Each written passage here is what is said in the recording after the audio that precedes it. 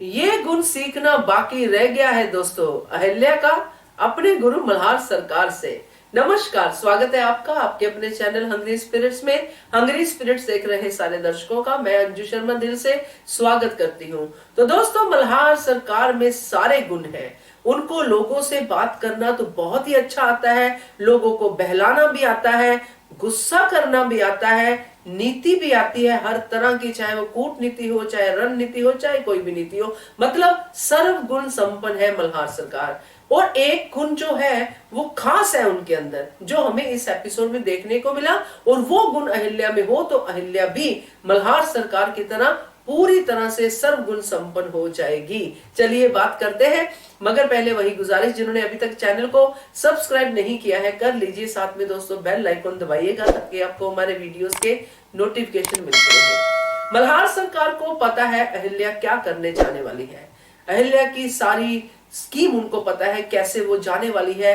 भेष बदल के मंदिर जाएगी पहले, फिर वहां से भेष बदलेगी, फिर वहां से आगे आगे जो भी है। मगर यहाँ पे जब अहिल्या मुसीबत में होती है, क्योंकि रकमा जिसकी नजर ना सिर्फ अहिल्या की बातों पे होती है बल्कि उसके एक्सप्रेशंस पे भी होती है कि अहिल्या क्या देख रही है, अहिल्या किसको देख रही है, अहिल्या कैसे रिएक्ट कर रही है, और उनसे वो 3-5 करती है और फिर आगे अपनी बात को द्वारका तक पहुंचाती है कि कुछ गड़बड़ करने वाली है भाई। वो ऐसे देख रही थी गौतमा को, तो वही बात जो है गौतमा को देखने वाली अहिल्या की द्वारका को भी लगती है कि हाँ, काम की बात बताई रकमा ने, इसलिए वो मंदिर जाने के लिए खुद भी तैयार हो जाती है। अब द्वारका अगर अहिल्या के साथ मंदिर जाएगी तो अहिल्या अपना काम कैसे करेगी। अब यहाँ पे अहिल्या का एक ही राजदार है और वो है मल्हार सरकार। वो अचानक से प्रकट होते हैं और आके बिल्कुल ऐसे आके कि जैसे उनको पहले से ही पता था कि ऐसा होने वाला है, और फिर वो वहां पे द्वारका उनको रोकने वाली है, और आके वो सीधा कहते हैं कि अरे अरे मैंने तो ये प्लान किया था, इसलिए अहिल्या अटक रही थी, देखा होगा आपने सीन। तो इससे सिर्फ ये मैं कहना चाहती हूँ कि जो उन्होंने वहां पे जगह संभाली, जो सीन संभाला, जिस तरह से उन्होंने द्वारका को अपनी तरफ खींचा, द्वारका को कहा भी चली जाओ, है ना, तुम चली जाओ कि तो हम बाकी 3 रानियों को अपना सब हक जो है बांटना है वो बांट देंगे। तो वहां पे उनको पता है कि किसके अंदर क्या लालच है, किसके अंदर क्या कमजोरी है। उन सबको लेते हुए उन्होंने वो बात कह दी जिसके बाद कोई भी रानी अहिल्या के साथ तो जाएगी ही नहीं। तो यहाँ पे ना तो झूठ की बात है ना सच की बात है, यहाँ पे चतुराई की बात है कि उस सिचुएशन पे हमें किस तरह से करना चाहिए।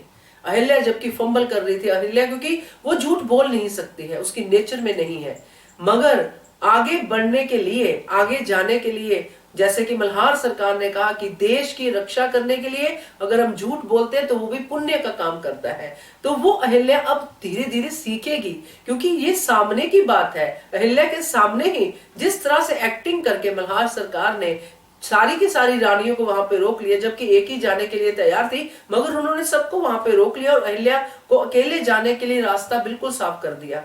अब ये जो बहुत ही महत्वपूर्ण गुण है कि आपको सिचुएशन को कैसे और किस तरह से संभालना है, और कैसे किसी की कमजोरी या किसी के जो भी है उसकी अच्छाई है उसको सामने रखते हुए उसको अपने साथ लेके चलना है या पीछे छोड़ना है, ये हमें देखना पड़ेगा। और इसके लिए हमें अगर थोड़ी देर के लिए एक्टिंग भी करनी पड़े तो वो एक्टिंग बहुत ही जरूरी है, क्योंकि अल्टीमेट अपना गोल क्या है, देश की रक्षा, प्रजा की रक्षा, और उसके रास्ते में जो भी चीजें आ रही हैं उनको हमें किसी भी तरीके से दूर करना है, क्योंकि गोल हमारा क्लियर है। ये गुण भी अहिल्या मुझे लगता है धीरे धीरे सीख जाएगी, क्योंकि वो सबसे छोटी है, इसलिए वो ये हिम्मत कर नहीं पाती है। शायद मे भी उसके अंदर हो ये बातें करने के लिए, मगर वो कर नहीं पाती है ये हिम्मत, क्योंकि मल्हार सरकार सरकार है, इसलिए वो ये चीजें कर पाते हैं। मगर जरूर सीखेगी अहिल्या ये गुण, क्योंकि ये गुण बहुत ही जरूरी है। क्या कहते हो आप, कमेंट कीजिए। देखते रहिए channel hungry spirits. Thank you so much. Subscribe to our channel by clicking the subscribe button.